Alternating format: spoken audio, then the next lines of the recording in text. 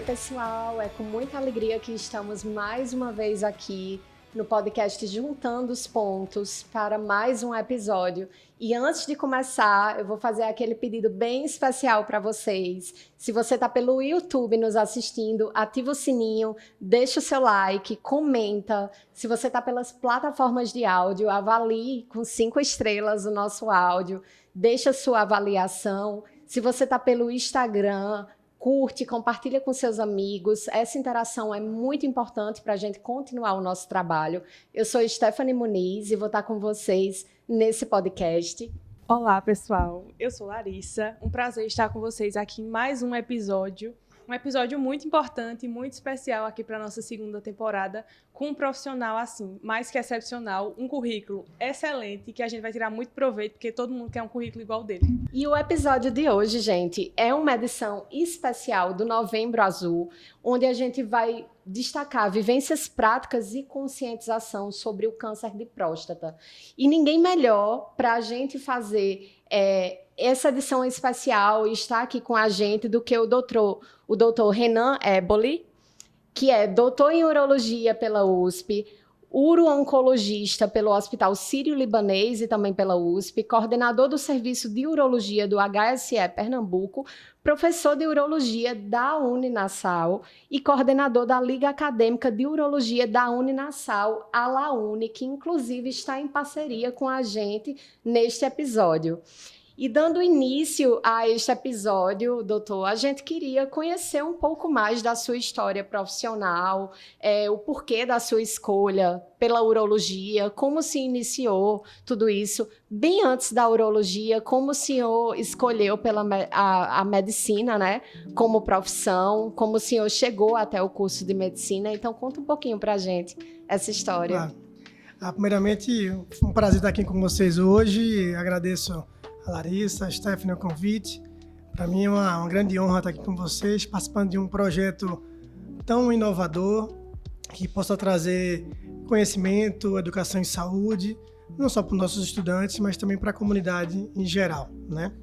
Bom, então me chamo Renan, sou urologista, uro-oncologista, e a minha trajetória na medicina começou um pouco ao acaso.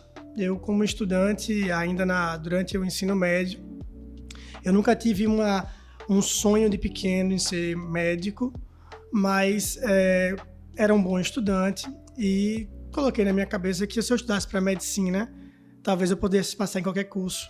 Na época, a gente só tinha 2 faculdades públicas, né, disponíveis. E quando eu comecei a me aprofundar nas áreas específicas, né, então era química, biologia, física, eu fui me interessando cada vez mais pela ideia de fazer uma área de saúde.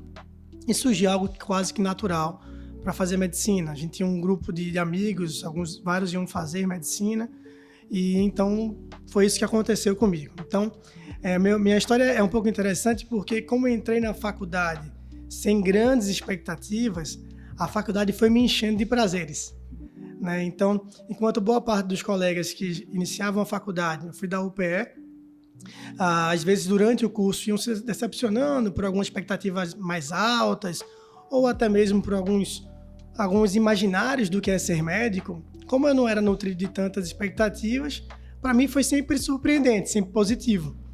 E aí durante ainda o primeiro ano de medicina, no segundo período, eu percebi que queria fazer área cirúrgica. Eu brinco que eu tentei desistir durante mais 3 ou 4 períodos, até me falar, não tem mais o que fazer, é cirurgia. E segui durante a faculdade, vivenciando todas as atividades voltadas para essa área. Então, fiz monitoria de anatomia, monitoria de trauma, na verdade, ajudei a fundar a monitoria de trauma. E sempre fui uma pessoa muito inquieta na faculdade. Então, eu me escalava, eu me colocava para participar de todas as atividades que você possa imaginar de discentes. Então, eu fui presidente do diretório acadêmico da UPE, do DA Josué de Castro.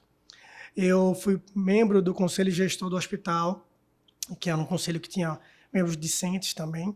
Eu fui membro do conselho gestor, não conselho gestor, mas das reuniões de departamento de gestão da Faculdade de Medicina da UPE. Ajudei a montar uma monitoria de trauma e fui tentando me envolver ao máximo. Fiz pesquisa, fiz extensão Enfim, tentei, de alguma maneira, sempre estar envolvido com vários processos durante o ensino médico. Isso é uma coisa que eu considero como muito importante. Eu acho que para todos vocês, estudantes, nunca se acomodem com apenas o que a faculdade te oferece obrigatoriamente. Assistir aulas, participar de estudos em grupo que possa desenvolver na sua formação é importante. Mas a faculdade te oferece muito mais. Esse espaço que vocês estão vivenciando aqui é uma realidade como essa.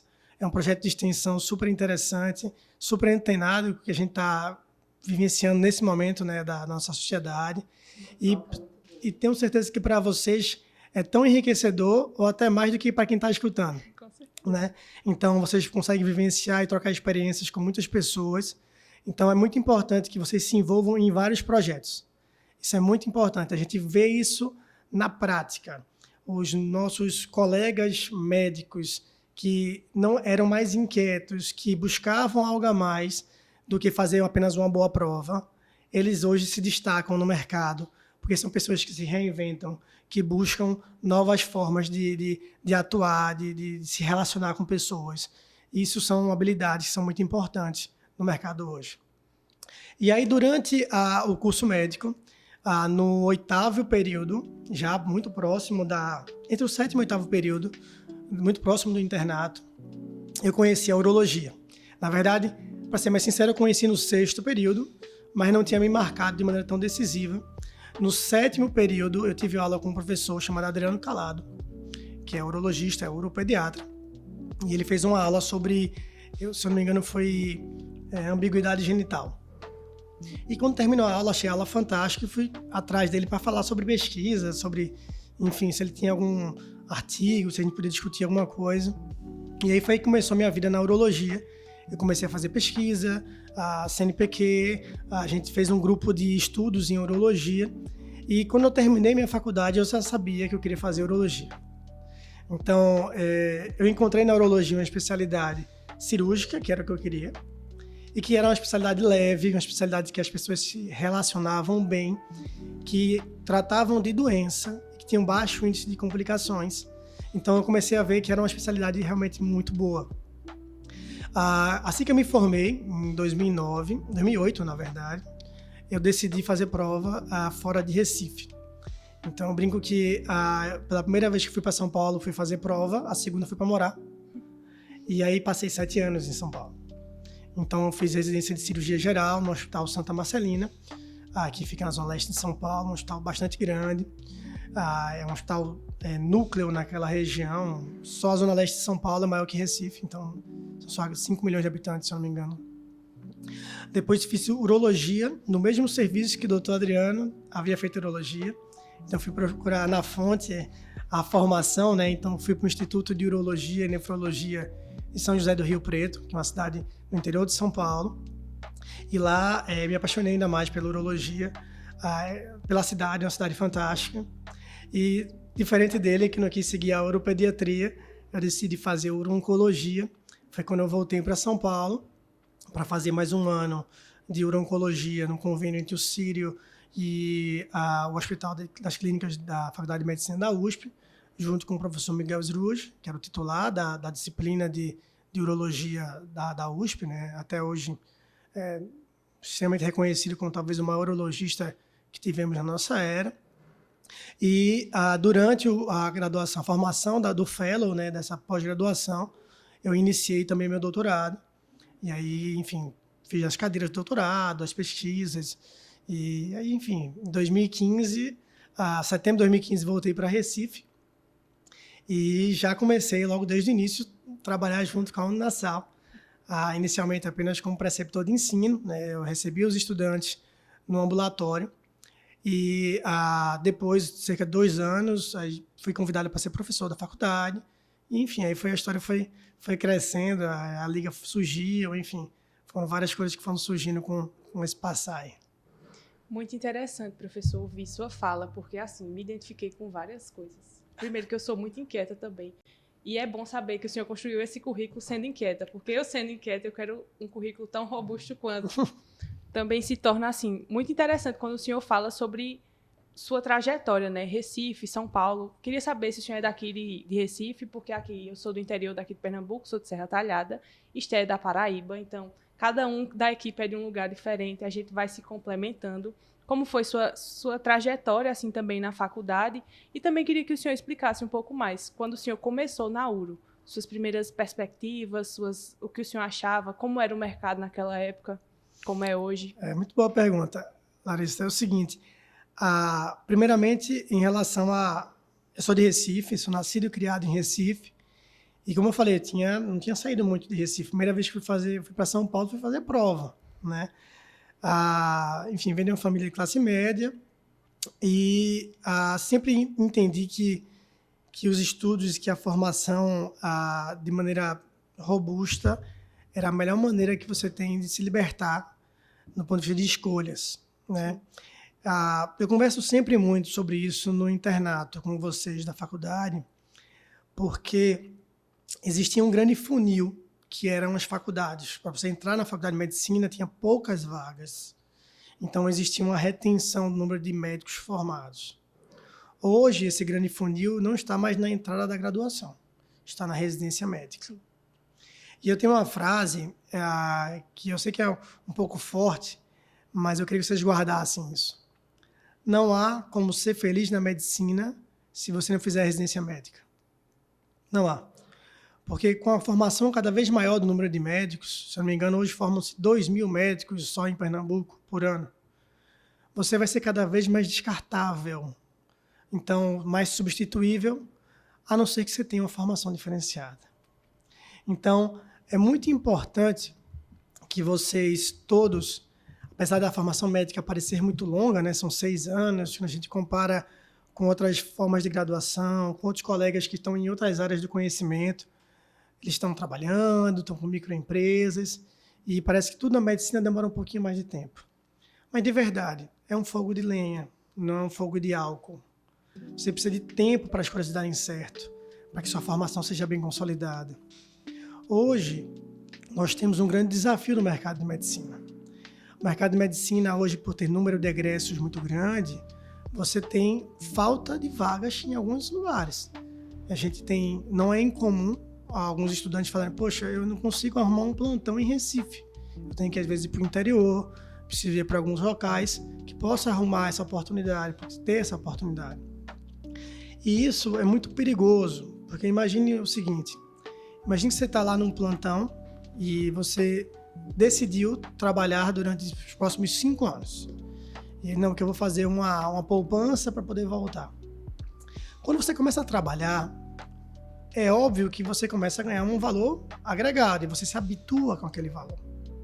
Eu vi muito isso durante a pandemia, por exemplo. Eu escutava muito dos estudantes a história do 15K. E eu não sabia que danado era 15K.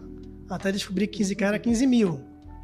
Então tinha um monte de estudante recém-formado que ganhava 15 mil porque abriu várias oportunidades de trabalho nas UTIs, né?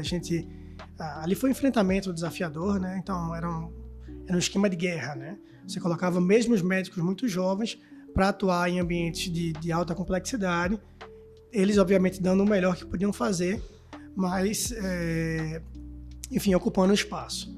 Mas o que aconteceu foi o seguinte, essas mesmas pessoas que foram para esse espaço com o objetivo de adquirir renda, começaram a viver uma vida de dublê de rico, né? Então, o cara que compra um carro com uma parcela de 3, 4 mil, que decide fazer uma viagem para fora do país, e compra um apartamento. E aí chega um momento da vida que você percebe que talvez esses 15K não seja tanto. Ou pior, que mesmo você querendo voltar a ganhar 3K ou 4K, que é o que a residência paga, você não consegue mais voltar atrás. E aí você entra na corrida dos ratos, na qual você precisa o tempo inteiro trabalhar para pagar um padrão de vida que você não deveria ter. Então, acho que a primeira grande dica que eu possa dar para qualquer médico egresso é não queira fazer as coisas antes do tempo. Não se apresse. Vai chegar. E assim, doutor, o mercado ele enxerga isso, essa sobrecarga de profissionais, e hoje a gente tem uma demanda muito alta de cursos de pós-graduação que antigamente a gente não via tantos pelo menos na área médica, não é verdade? E muitos profissionais estão aderindo à pós-graduação e não à residência. Então, na sua opinião, isso não é uma opção? Veja só, eu acho que não é a melhor opção. Tudo que for mais fácil, que for mais rápido, boa parte das pessoas vai querer. Sim. Hoje a gente tem alguns desvios de mercado. Por exemplo, não é comum, na minha opinião, você esperar um grande quantitativo de estudantes querendo fazer a mesma área médica. Isso destaca-se, por exemplo, sobre anestesia. Há uma visão muito grande do que anestesia é muito interessante, porque é uma formação mais rápida, são 3 anos, e que ganha muito bem. De fato, a renda per capita dos anestesistas talvez seja uma das maiores hoje entre os médicos de maneira geral. Mas vamos fazer uma conta simples, uma lei de oferta e de procura. Se você tem uma turma com 100 estudantes, dos quais 20 querem fazer anestesia e 15 querem fazer cirurgia, 16 para facilitar a conta. Para uma cirurgia, eu preciso de 2 cirurgiões e um anestesista. Então, 16 cirurgiões, 8 cirurgias, 8 anestesistas. E os outros 12? Então, não busque fazer uma formação voltada para o que é mais rápido, o que é mais fácil. Porque, de fato, outras pessoas vão fazer a mesma coisa. Eu sei que nem sempre é fácil a gente escolher o que a gente gosta. É mais fácil a gente dizer o que a gente não gosta. Mas nunca baseie a sua escolha apenas na questão financeira. Porque quando você faz algo que te apaixona, que te agrada, o dinheiro vira realmente uma consequência. Não estou dizendo para ninguém fazer um voto franciscano, não. Acho que todo mundo deve receber bem, deve ter um bom salário, algo que seja digno para poder cuidar da sua família, da sua saúde. Mas a gente tem clareza das pessoas que fazem, porque fez, porque só tinha essa opção, ou porque era mais rápido. Aquela pessoa não é apaixonada por isso, termina não se aprofundando tanto. Diferente daqueles que buscam algo que se apaixonam e que querem progredir profissionalmente. Então, como eu falei, acho que a primeira mensagem é: não tenha pressa. A medicina, de fato, é uma profissão que demora um tempo para as coisas acontecerem. Mas lembre-se, o seu casamento com a medicina é o casamento mais perene que vocês vão ter ao longo da vida. Você já viu muita gente que se separa, já viu muita gente que deixa de um lado uma coisa ou outra paixão, mas o cara que é médico, ele nunca vai deixar de ser médico. Vai ter um ou outro que vira político, né? Mas, de maneira geral, se você é médico, você vai passar os próximos 40 anos com a medicina. E digo mais, façam que seu casamento com a medicina seja feliz. Porque vocês vão passar mais tempo com a medicina do que com suas esposas, com seus maridos, com que seus filhos. A medicina hoje me toma muito mais tempo do que toma com minha família. Nem sempre é uma opção, mas às vezes é uma vocação. Mas façam com que esse momento não seja um momento de tristeza e de angústia, e sim de alegrias e de outras realizações. Porque a gente precisa se realizar em várias formas da vida, né?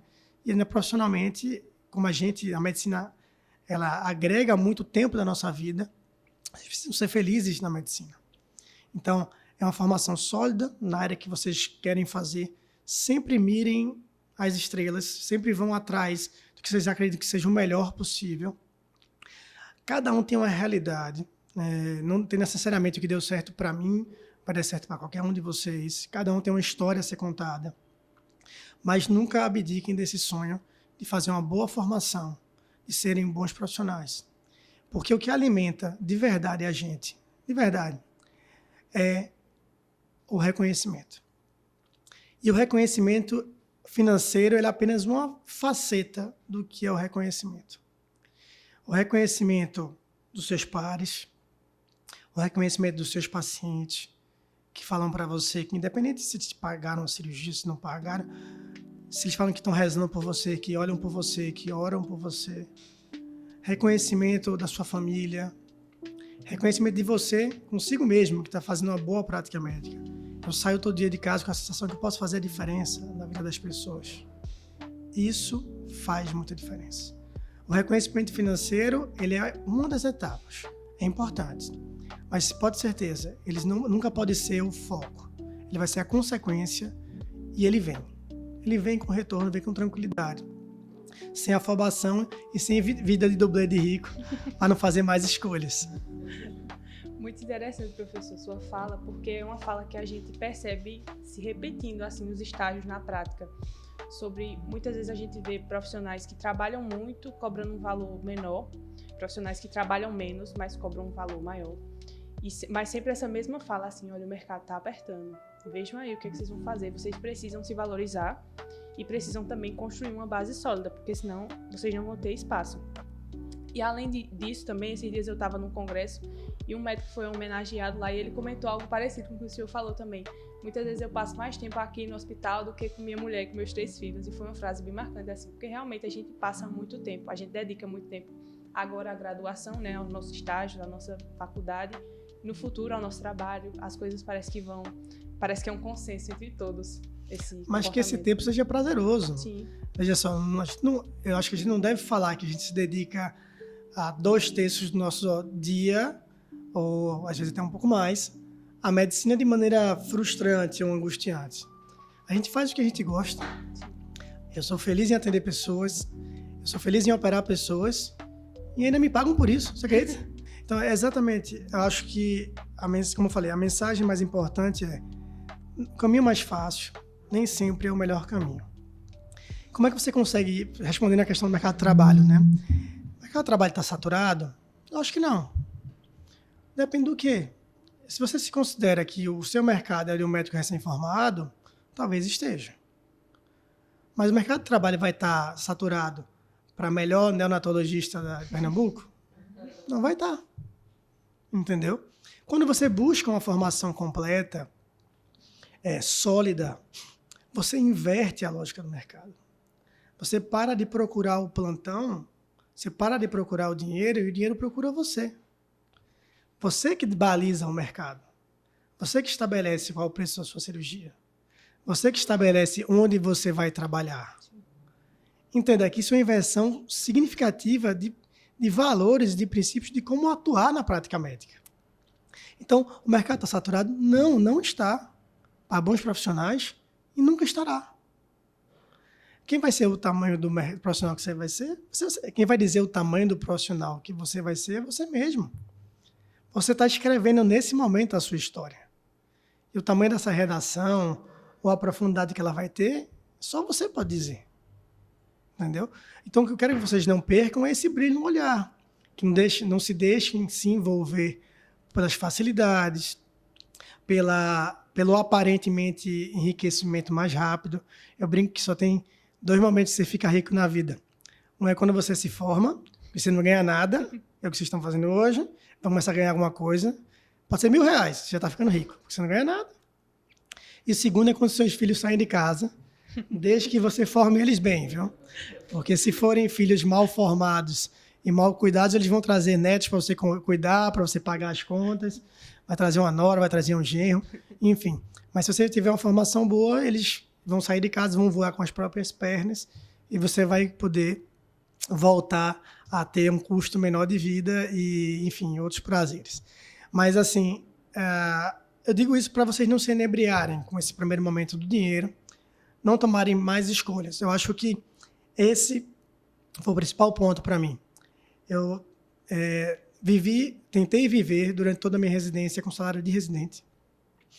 No começo do meu trabalho aqui em Recife, na volta para Recife, que é sempre mais desafiador, né, o início do trabalho, voltou eu e minha esposa, que é professora de vocês conhecem, a doutora Lígia.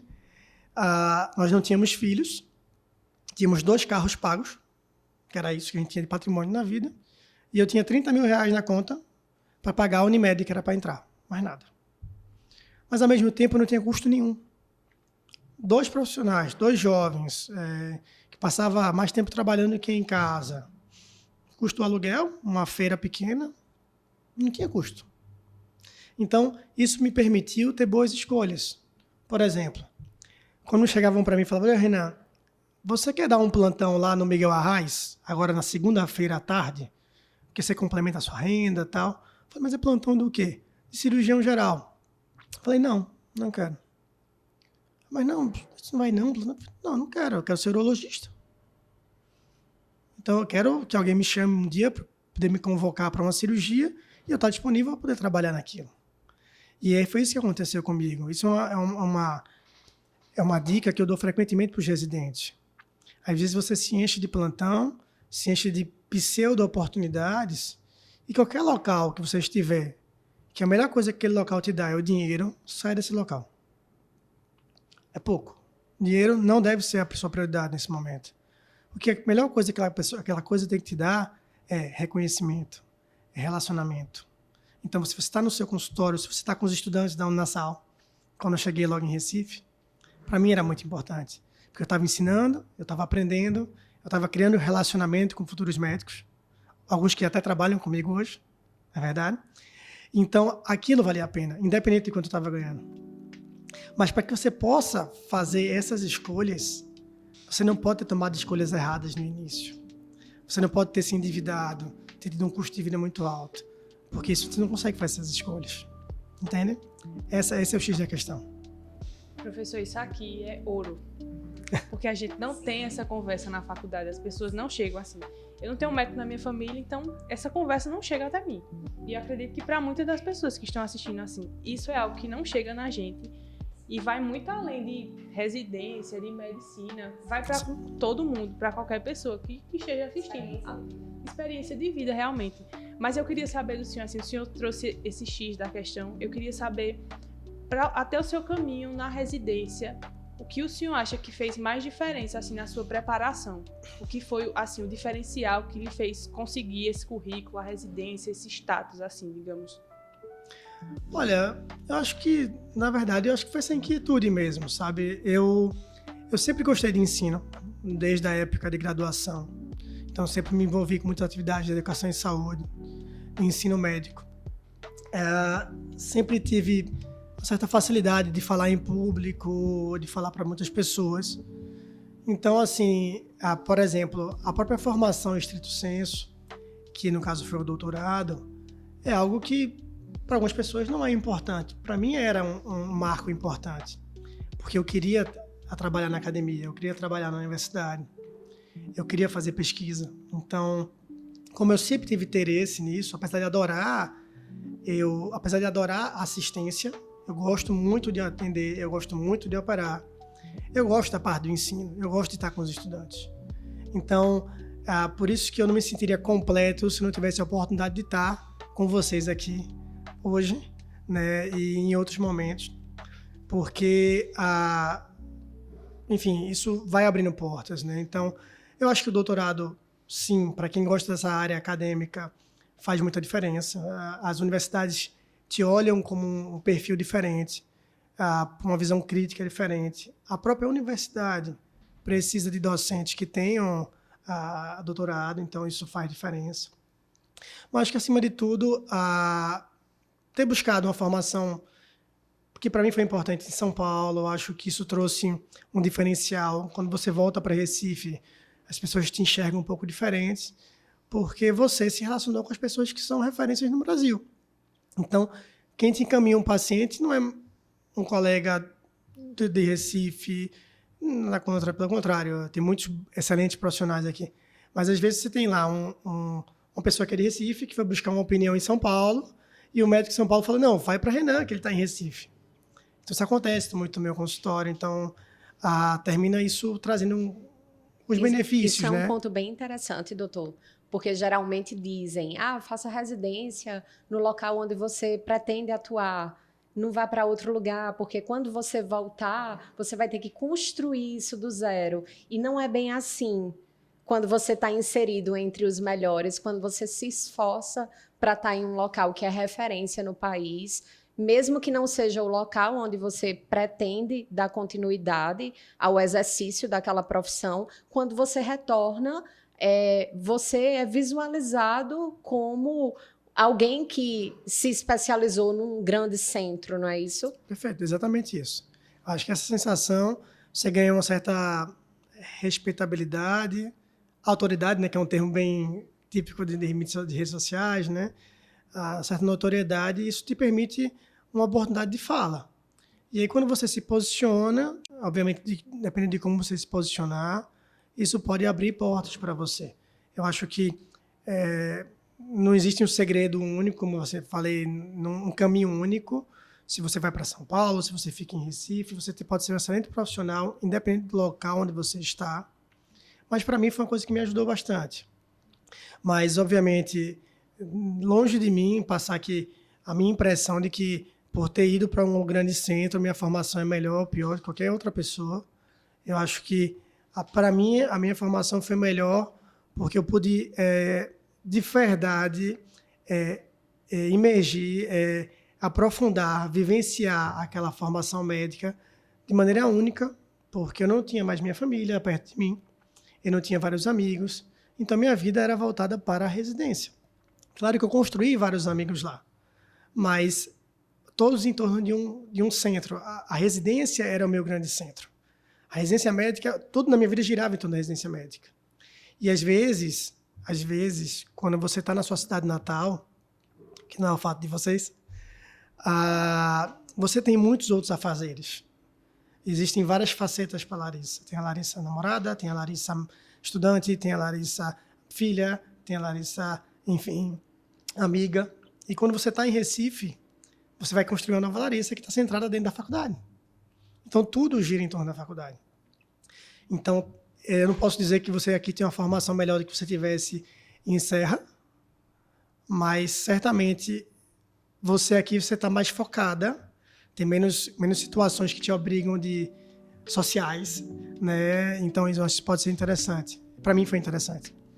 E aproveitando a grandiosidade desse currículo, toda essa dedicação exímia, que é um parâmetro para nós, feliz de nós se a gente conseguir chegar lá onde o senhor chegou, né, doutor? Então, vocês vão muito além, com aproveitando certeza. Um pouquinho desse conhecimento, que é justamente o mês que nós estamos, de novembro, mês de conscientização, fale para a gente um pouquinho, doutor, com relação à prevenção do câncer de próstata, explicando para o pessoal que está nos ouvindo qual a diferença entre rastreio e diagnóstico, as recomendações de idade, periodicidade dos exames, qual cuidado, qual o passo a passo que o público masculino, os pacientes devem ter com relação a isso. Então, Stephanie, é o seguinte, o câncer de próstata é o tumor mais comum do homem. São esperados cerca de 70 mil novos casos, 70 mil nesse ano, bastante coisa. E é o segundo em mortalidade, perdendo apenas para tumor de pulmão. E, diferente de alguns tumores, o tumor de próstata não causa sintomas nas fases iniciais. E por esse motivo é tão importante fazer acompanhamento, fazer exames periódicos, para que possa avaliar e diagnosticar esse tumor de maneira precoce. Quando a gente consegue identificar o tumor de próstata na fase inicial, nós temos uma chance de cura acima de 90%. Com qualquer método que a gente pode utilizar, seja cirurgia, seja radioterapia. Quando a fase é mais avançada, obviamente essa chance vai caindo. Então, hoje, segundo a Sociedade Brasileira de Urologia, a recomendação é o seguinte: a partir dos 50 anos, todos os homens devem fazer acompanhamento com um urologista. Esse acompanhamento vai fazer uma avaliação inicial, no qual um exame de sangue é feito, chamado de PSA, e é feito o toque. Se esse exame vier alterado, ou se o toque vier alterado, o urologista vai definir se ele vai prosseguir já para uma biópsia. Se o exame vier com alteração discreta, mas dentro dos parâmetros, ele vai acordar junto com o paciente qual vai ser a periodicidade. Se esse exame não tiver nenhuma alteração, esse acompanhamento ele vai se dar a cada 2 ou 3 anos para este fim. Entretanto, o acompanhamento com o urologista ele não se dá apenas para avaliar câncer de próstata. O acompanhamento deve se dar de maneira anual como um cuidado de saúde do homem. Vejam só, vocês mulheres que vivem mais do que os homens, fazem acompanhamento regular com o ginecologista, talvez desde o início da menarca, não é verdade? E durante o ano inteiro. Vocês não fazem isso apenas para avaliar a mama. Vocês fazem porque é uma promoção em saúde, é um cuidado à sua saúde. Aqueles homens que têm história na família, principalmente de primeiro grau, irmãos ou pais, pacientes da raça negra, pacientes que têm obesidade devem iniciar esse acompanhamento mais periódico a partir dos 45 anos. Como eu disse, isso tudo são recomendações da sociedade voltadas para câncer de próstata. Mas quando me perguntam de maneira abrangente, doutor, quando é que ele tem que iniciar a avaliação e acompanhamento com o urologista? Eu falo sempre. O homem jovem com 20 anos, ele deve ir uma vez por ano no urologista. É óbvio que eu não vou rastrear câncer de próstata nele. Mas existem outros temas relacionados à saúde do jovem que podem ser abordados. Doenças sexualmente transmissíveis, alguns perfis hormonais, dúvidas relacionadas à sexualidade, à fertilidade. Tudo isso é condicionado à discussão com o urologista. E como é muito melhor você fazer um acompanhamento desde cedo, assim como vocês fazem com o ginecologista, para que se possa criar, ao longo dos anos, uma relação de confiança. Para que no momento adequado, quando for necessário fazer algumas outras investigações, você tenha uma pessoa que você confia e fala, não, aquele é meu médico. Então, por isso que é importante realizar esses exames, como eu falei, para a sociedade, para câncer de próstata nesse sentido, 50 e 45, com fatores de risco, mas ao longo da vida para os cuidados da saúde do homem. Agora, trazendo para as dúvidas pessoais. Geralmente é assim, quando a gente vê na prática, né? Solicita o PSA, faz o toque retal e sempre dizem essa frase que o senhor falou, né? O câncer de próstata é uma doença, a princípio, com poucos sintomas, assintomática. Se a gente percebe alguma alteração no toque, por exemplo, PSA um pouco alterado e alteração no toque, eu peço para esse paciente uma ressonância magnética, por exemplo, ou eu mando ele direto para a biópsia, ou então eu aguardo um pouco. Como é o segmento desse paciente nessas condições? Perfeito. Excelente pergunta, Larissa. É o seguinte, quando você tem um PSA alterado e presença de toque ou presença de toque alterado, você já tem indicação de biópsia. Entretanto, é muito comum a gente solicitar ressonância antes da biópsia. Por quê? Se na ressonância foi encontrado algum nódulo, alguma área específica que chame mais atenção, é feita uma classificação chamada de PIRADS. Assim como tem para mama o BIRADS, para a próstata tem um P de P, PIRADS, pé de próstata. Se o paciente tiver um PIRADS 3, 4 ou 5, ele tem uma maior suspeição para câncer de próstata. A indicação da biópsia já está realizada. Mas o médico que for realizar a biópsia, ele pode saturar, ele pode aumentar a quantidade de fragmentos retirados daquela área suspeita, consequentemente aumentando as chances do diagnóstico correto. Então, a indicação de biópsia é feita, mas a ressonância, de maneira costumada, é realizada antes da biópsia. Agora, na prática, assim, eu estou pagando urologia, inclusive com o senhor agora, e assim, na prática chegam muitos casos de hiperplasia. Eu vi poucos de câncer de próstata, mas eu vi bastante de hiperplasia. E aí o paciente ele já chega com um quadro característico assim, de sintoma urinário, urgência, esforço miccional.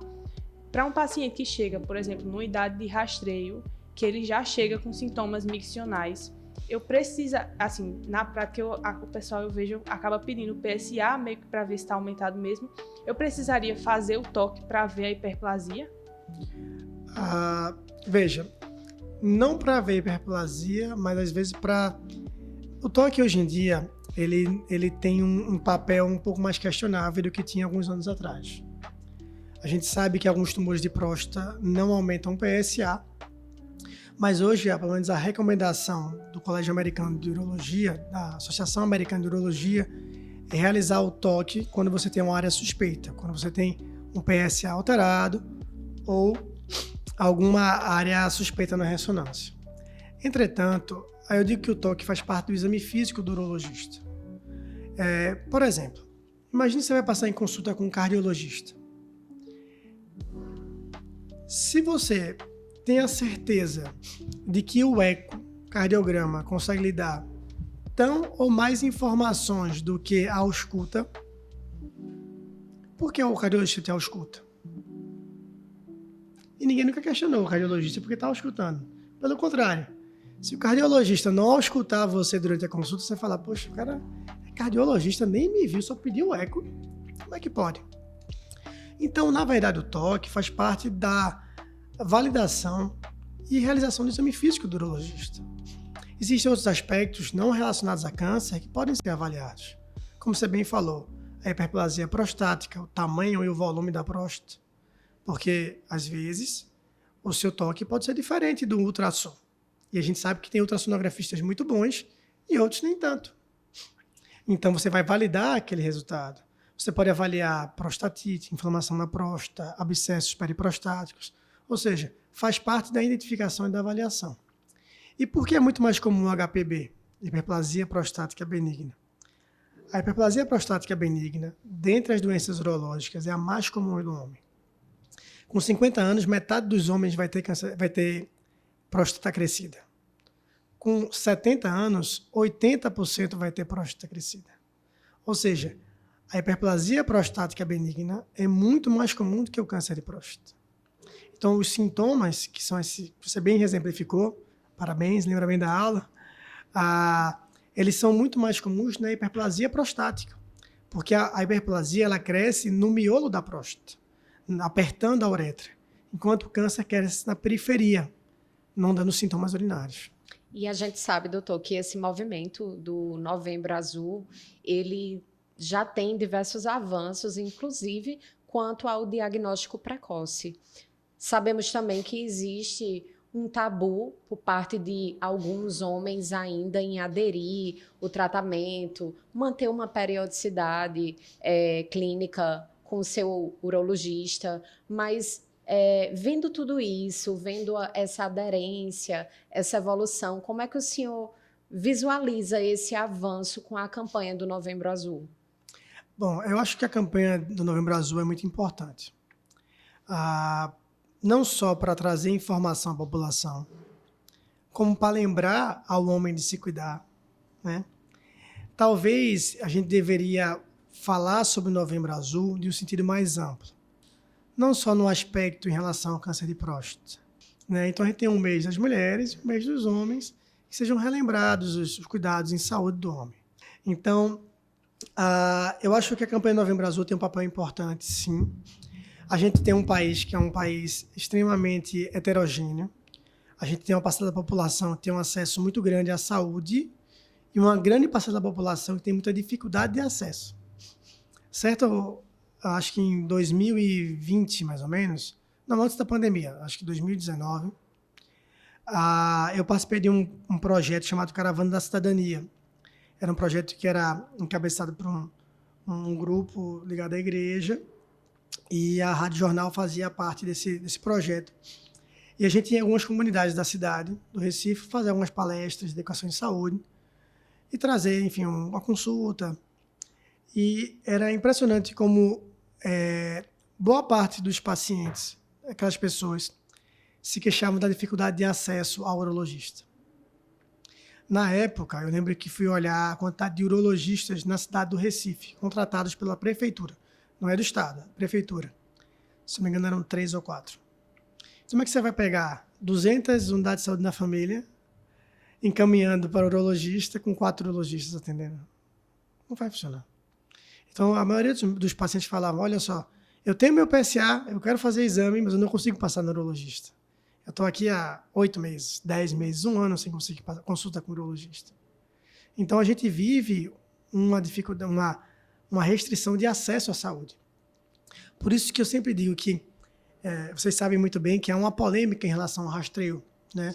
Existem órgãos ligados à saúde que contraindicam o rastreio populacional e órgãos que indicam. Isso talvez fosse tema de um podcast só para isso. Sim. Mas eu acho que quando a gente tem hoje uma discussão que é muito antes, que é de acesso à saúde, a gente não pode deixar de promover informação e qualquer tipo de acesso, seja por rastreio, mutirão, seja por educação em saúde, palestras.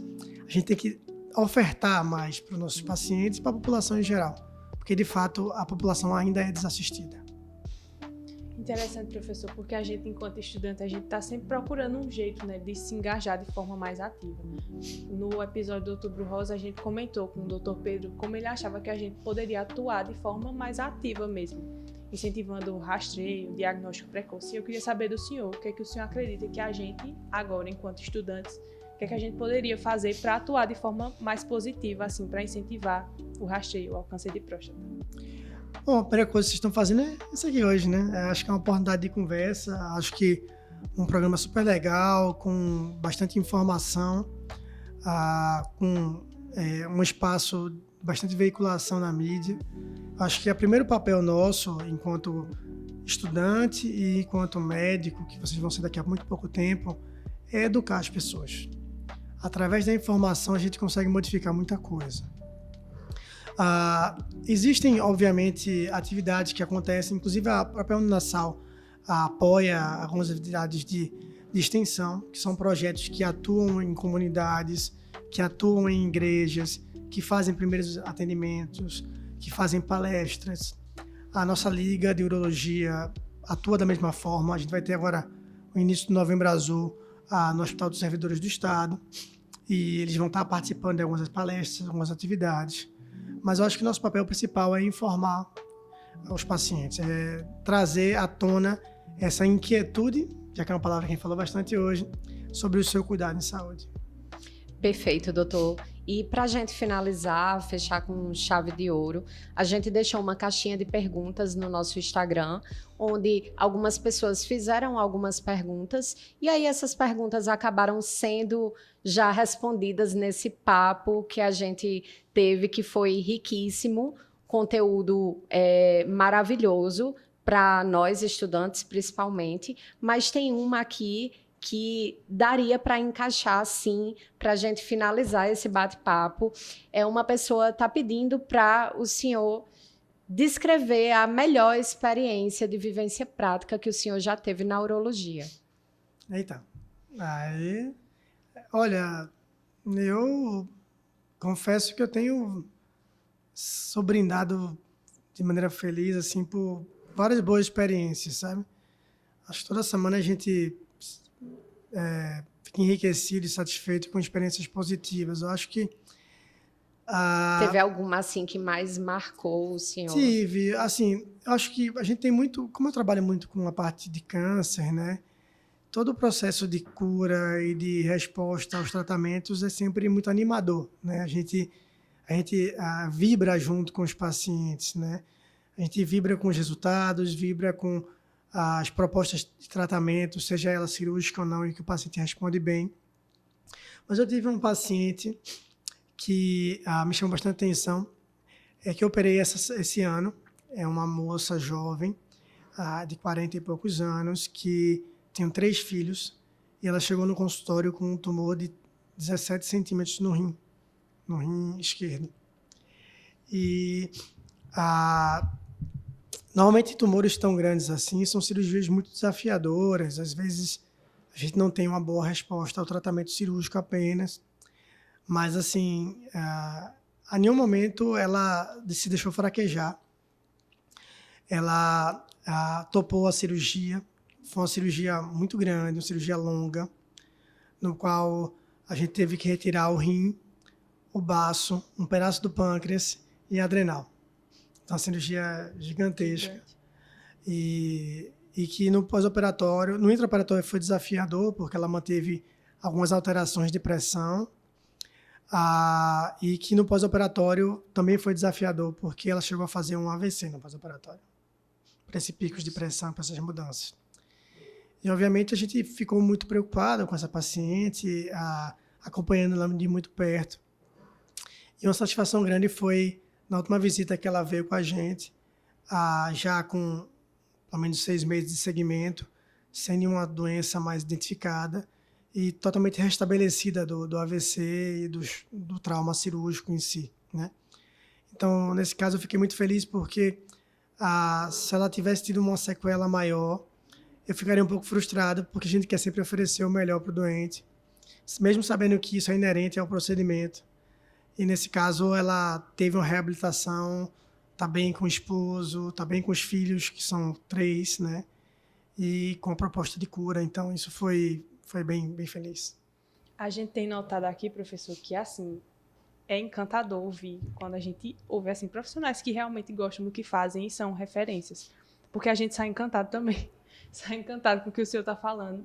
E assim, que experiência, minha gente, que episódio foi esse? Vários cortes aí pra gente postar no Instagram, porque vai muito além da nossa conversa sobre residência, sobre urologia, sobre câncer de próstata, assim, realmente lições, a gente só pode lhe agradecer por nos dar a oportunidade de lhe ouvir, porque a gente aprende mais do que acho que o povo que escuta, né? Que a gente tá tendo as nossas próprias dúvidas, eu mesmo tiro. E tem os bastidores. Eu sou, de fato, apaixonado por urologia e gostaria muito que todos vocês fizessem urologia.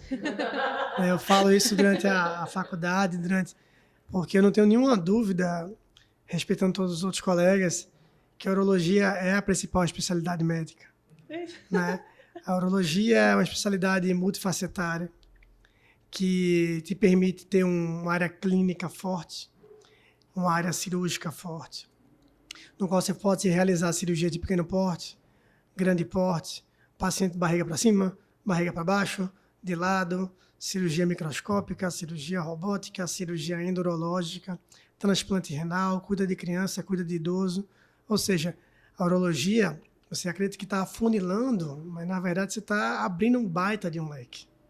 A urologia é uma especialidade extremamente fascinante, que tem uma grande faceta de interseções de conteúdo com endocrinologia, com radiologia, com oncologia, com nefrologia, enfim, você faz uma rede de contatos, de cuidados ao paciente. Isso é muito gratificante. Então, por isso que eu talvez quero sempre puxar um pouco a sardinha para o nosso lado, em dizer que a urologia é realmente a especialidade. E, de fato, agradeço a vocês a oportunidade de conversar um pouco sobre isso, algo que não só me agrada, como me deixa muito feliz, porque, como eu disse para vocês anteriormente, aqui no backstage, né, é algo que eu costumo conversar muito durante o internato, e nem sempre durante a graduação a gente tem a oportunidade, e até a maturidade dos estudantes para entender esse momento de decisão entre residência, carreira médica. Já no internato, não. Eu percebo que vocês já estão naquela sensação de tá chegando, né? Eu preciso me informar um pouco melhor, preciso pegar mais informações sobre como lidar com esses desafios. Mas é isso, eu queria agradecer realmente a oportunidade de estar com vocês aqui. Para mim foi muito gratificante. A gente que agradece, professor, pelo amor de Deus. Que oportunidade, minha gente. Olha, pega esse episódio e assista de novo com um caderno do lado, anotando, porque aqui é uma verdadeira aulas do nosso professor. Professor, muito obrigada, viu? Se Deus quiser, o senhor volta aqui para a gente falar mais 1 hora sobre. Na verdade, tem vários assuntos aqui que renderiam vários outros episódios, né? Foi uma mentoria para os alunos de graduação desde o início da sua trajetória. Foi uma discussão muito rica sobre urologia. Enfim, muito obrigada, Dr. Renan, por ter aceito o nosso convite, por ser parte desse projeto, por apoiar esse projeto. Obrigada ao Unassal por essa oportunidade e à Laune por essa parceria, que foi incrível esse episódio. E a você que está aí nos vendo, nos ouvindo, muito obrigada pela audiência. Não deixa de deixar aquele joinha que eu pedi no início. E se você gostou desse episódio e quer ser o nosso patrocinador, no nosso Instagram, @JuntandosPontosCast, tem o link lá na bio. Entre em contato com a gente que ainda dá tempo, tá barato, hein? Até o próximo, gente! O podcast Juntando os Pontos é uma realização Uninasal Boa Viagem. Participaram deste episódio Dr. Renan Éboli, Stephanie Muniz, Maria Larissa Melo. Produção: Stephanie Muniz, Maria Larissa Melo, Ana Beatriz Teixeira e Lucas Andrade. Edição: Lucas Andrade.